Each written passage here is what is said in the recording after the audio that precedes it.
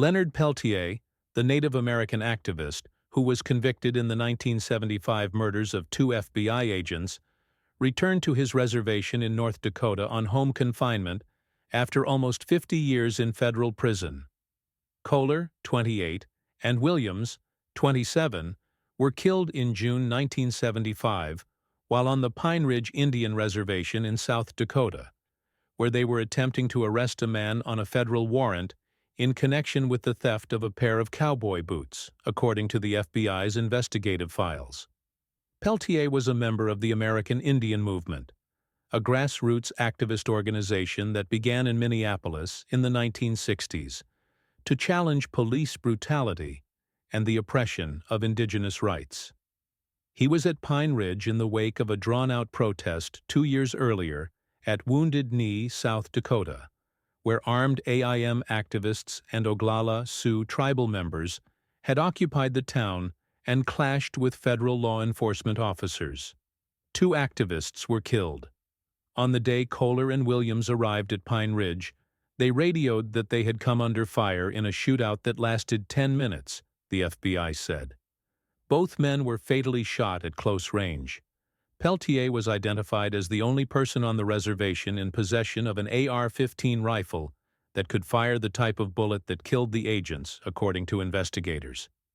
But dozens of people had participated in the gunfight. At trial, 2 co-defendants were acquitted after they claimed self-defense.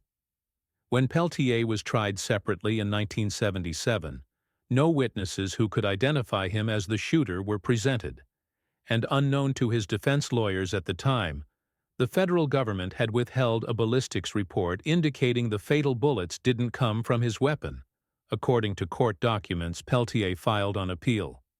The FBI contended a subsequent testing of shell casing evidence did match extractor marks from a casing retrieved from the trunk of Kohler's car with the AR-15 associated with Peltier.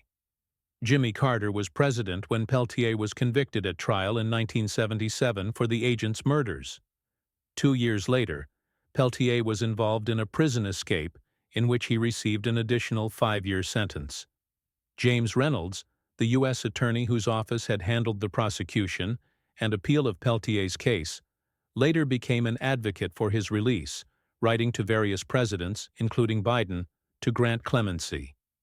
He said he altered his views after taking into account the questionable evidence in such a chaotic setting when the crime occurred.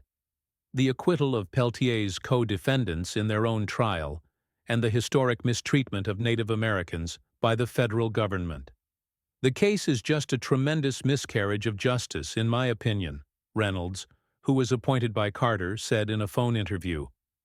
I realized that it wasn't right what they did to Leonard. Enough was enough. Peltier told NBC News in 2022 that he wanted to clear his name in a new trial.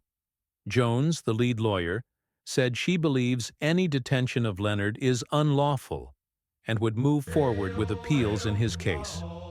Native American rights activist Leonard Peltier was released from prison in February 2025, ending his nearly 50-year sentence. Today, I am finally free. They may have put me in jail, but they never took my spirit, Peltier said in a statement. Thank you to all my supporters around the world who fought for my freedom. I'm finally going home. I look forward to meeting my friends, family, and community. Today is a good day.